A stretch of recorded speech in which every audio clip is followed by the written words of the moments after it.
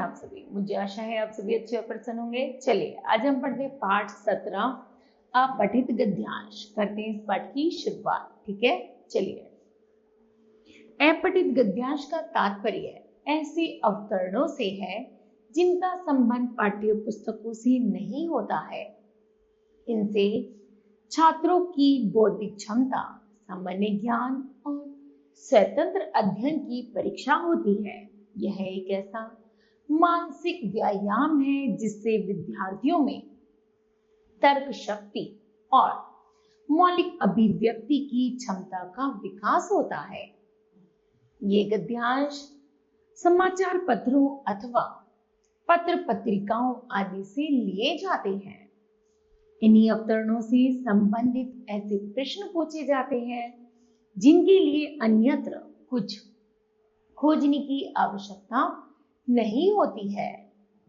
अपठित गद्यांश से संबंधित प्रश्नों के उत्तर लिखने से पूर्व गद्यांश को एकाधिक बार ध्यान से पढ़ना चाहिए। भावों को समझने के पश्चात इसके महत्व बिंदुओं को रेखांकित करना चाहिए। दिए गए प्रश्नों के उत्तर मूल गद्यांश में ही ढूंढने चाहिए और अपनी ओर से कुछ जोड़े बिना अपनी भाषा में उत्तर लिखने चाहिए। उत्तर सरल और संक्षिप्त हो, इस बात का खास ध्यान रखना चाहिए। यदि रेखांकित शब्द का अर्थ पूछा जाए तो गद्यांश के प्रसंग के अनुसार ही अर्थ लिखना चाहिए, क्योंकि कुछ शब्द अनेकार्थक भी होते हैं। ठीक है, चलिए आगे है गद्यांश का उत्तर देते समय निम्नलिखित बातों का ध्यान रखना चाहिए। नंबर 1 है गद्यांश को कम से कम 3 बार पढ़ना चाहिए। गद्यांश पढ़ते समय आवश्यक व महत्व बातों को रेखांकित कर लेना चाहिए। गद्यांश में दिए गए कठिन शब्दों का अर्थ समझने का प्रयत्न करना चाहिए। गद्यांश में केंद्रीय भाव को आत्मसात करना चाहिए। पूछे गए प्रश्नों के उत्तर अपने शब्दों में देने चाहिए। उत्तर सरल और स्पष्ट भाषा में होने चाहिए। गद्यांश में आए आवश्यक तत्वों का समावेश होना चाहिए कि वाक्य छोटे और बौद्ध वाक्य होने चाहिए। गद्यांश का शीर्षक छोटा होना चाहिए तथा उसका संबंध गद्यांश के केंद्रीय भाव से होना चाहिए। ठीक है, चलिए निम्नलिखित अपठित गद्यांश को पढ़िए एवं समझिए।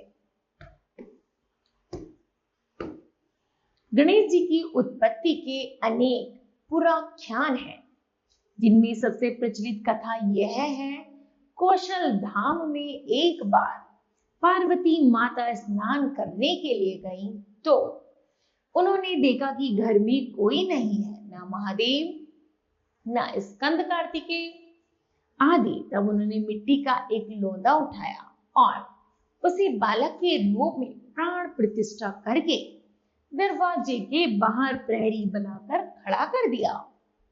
थोड़ी देर बाद भगवान नीलकंठ पधारे, लेकिन प्रहरी बालक ने उन्हें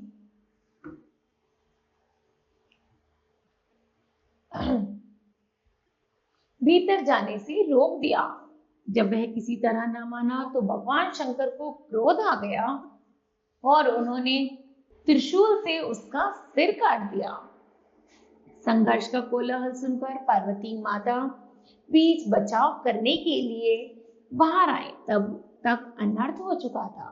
पार्वती माता को इस गण की मृत्यु से दुखी देखकर भगवान शंकर एक नवजात हाथी का सिर काट कर लाए एवं उसे गण की गर्दन पर प्रत्यारोपित कर दिया। वही बालक शिव पार्वती के सर्वाधिक प्रिय पुत्र गजानन के नाम से कालांतर में विख्यात हुए।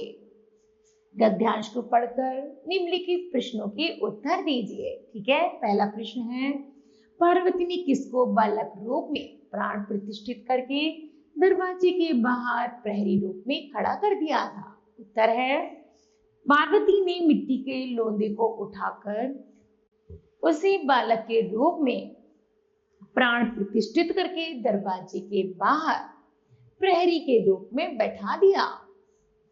बालक ने किसी अंदर जाने से रोका।